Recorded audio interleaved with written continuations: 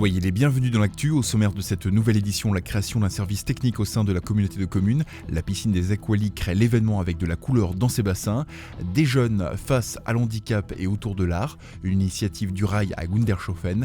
Et tout de suite, direction l'entreprise Vossloh Cogifer à Reichshofen. On réagit face aux enjeux écologiques.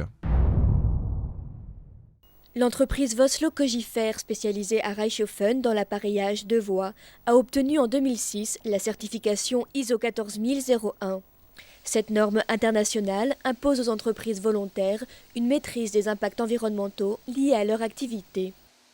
Cette certification impose de se conformer à la réglementation environnementale en vigueur, mais aussi de s'engager dans l'amélioration continue de la protection de l'environnement.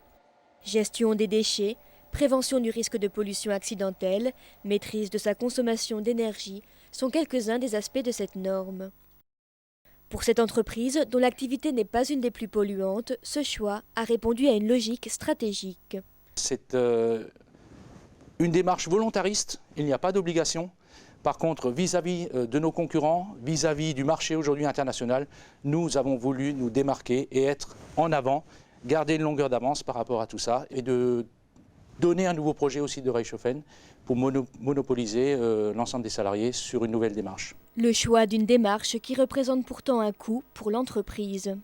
Donc les contraintes, ce sont la mise aux normes, donc liées donc forcément à des investissements qui ne sont pas des investissements productifs. Donc il faut pouvoir justifier aussi ces investissements-là. Je donne un exemple par rapport à l'assainissement. Donc on a fait des gros travaux, des gros investissements sur le site pour nous mettre à jour au niveau de cette réglementation. C'est un exemple, il y en a d'autres. Parmi les autres réalisations, la gestion des déchets. Des ateliers au bureau, tous les employés y participent. De simples bennes à carton à l'installation d'un impressionnant système d'aspiration de copeaux de bois, tous les déchets sont pris en compte. Côté propreté et sécurité, des armoires de rétention pour le stockage de déchets polluants ont été récemment installées. Disons que plutôt que d'être envoyés en décharge ou en incinération, on les envoie dans des filières de retraitement et de reconditionnement des déchets, Si le traitement des déchets toxiques a un coût nouveau pour l'entreprise, celui-ci est en partie compensé par la mise en place d'un système de récupération des copeaux métalliques. Aspirés et rassemblés dans de grandes bennes, ceux-ci sont revendus pour être fondus. Pallier à tout accident pouvant générer de la pollution a aussi demandé certains changements d'habitude. Un de nos derniers investissements, c'est d'avoir ressorti la cuve à fioul pour le chargement du plein des chariots élévateurs. Bon, à l'heure actuelle, avant on le faisait à l'intérieur, maintenant on le fait à l'extérieur pour plusieurs raisons. Donc la vision sécurité, on fait plus le chargement à l'extérieur. Et aussi au niveau de la cuve de rétention, on a remis tous les chariots élévateurs sur une rétention de manière à ce qu'il n'y ait aucune fuite possible vers le milieu naturel. Il y a des contraintes, mais ces contraintes aujourd'hui on doit les valoriser pour rentrer dans ces démarches environnementales qui sont pour l'avenir et pour nos enfants, pour le futur, quelque chose à mes yeux très important. À l'heure où les problèmes environnementaux sont au cœur de l'actualité, seules 3000 entreprises françaises sont certifiées ISO 14001. Les progrès en matière de protection de l'environnement ne pourront pourtant se faire sans l'implication des différents acteurs économiques. La communauté de communes du pays de Niederbronn-les-Bains, qui fêtait ses 10 ans l'an passé, a créé en octobre dernier un nouveau poste, celui de responsable technique, occupé depuis cette date par Madame Antonia Lange. Mais pourquoi une telle nouveauté ? Présentation et explication. Avec les compétences de la communauté de communes qui ne cessent de grandir, on va dire, c'est plus possible de gérer correctement tous les bâtiments intercommunautaires, les voiries. C'est un métier entier. Jusqu'à présent, la gestion du patrimoine de la Comcom étant gérée par la direction de cette dernière. Mais les compétences de la nouvelle responsable technique ne s'arrêtent pas là. Bien sûr, il y a tout ce qui est études et projets neufs, comme les zones d'activité économique. Il y a un certain nombre d'études à lancer, à suivre, jusqu'aux travaux, comme les zones économiques. Ces études étaient auparavant réalisées par des bureaux privés. Enfin, précisons que la nouvelle responsable n'intervient que dans les domaines de compétences de la communauté de communes. Mais cette dernière n'ayant pas de service technique propre, elle fait appel au service des collectivités de la communauté qui prend en charge tous les frais.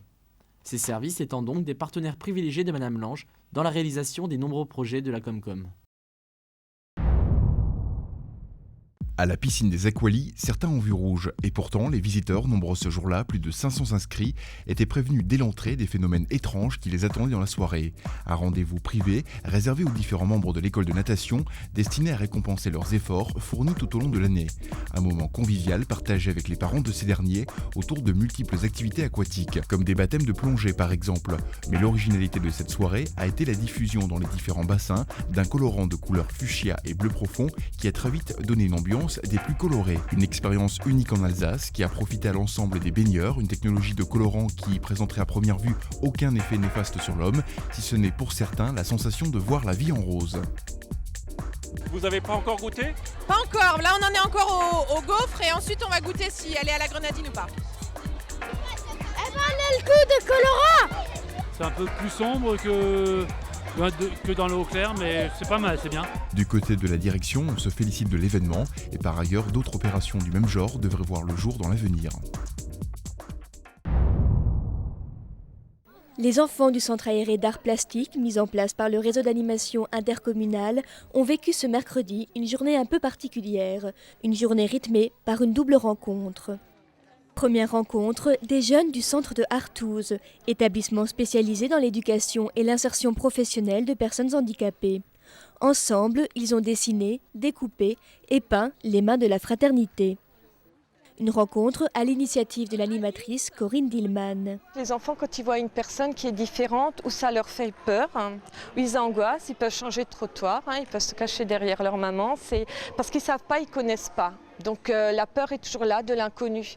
Mais une fois qu'on les rencontre, qu'on se dit tiens, il sait peindre, tiens, il sait faire des choses, il sait dessiner, tiens, il sait faire la même chose que moi, le regard il change. Et à ce moment-là, l'enfant il évolue, c'est une ouverture et c'est pour ça que c'est important de le faire. De ne pas laisser l'enfant cloîtré sous une cloche de verre et tout, non, la différence existe, il faut l'accepter, elle peut arriver, quoi, et voilà. Deuxième rencontre, celle de la plasticienne Valérie Grant. Avec son atelier ambulant qu'elle transforme en chevalet géant, elle a offert aux enfants et aux jeunes d'Artouze la possibilité de réaliser une œuvre collective. Ma démarche d'artiste s'installe sur cette idée que tout le monde peut contribuer à un travail de peinture. Après, c'est essayer de marier donc, le travail d'artistes amateurs, on va dire, de jeunes artistes, parce qu'ils ont comme ça l'expressivité innée. Et puis d'essayer de trouver justement comment faire évoluer la toile avec mon regard de professionnel. Et la fin de l'après-midi a vu naître 2 belles fresques qui seront exposées à différentes occasions, telles que durant le festival de l'été Rêve de Môme. Du côté des animateurs, la rencontre a plutôt été réussie. Je trouve en tous les cas que les enfants, ils ont l'air dans leur élément, ils n'ont pas l'air choqués, ils n'ont pas l'air mal à l'aise, ils partagent. C'est merveilleux, c'est une très belle rencontre, donc c'est très, bénéfique pour tout le monde.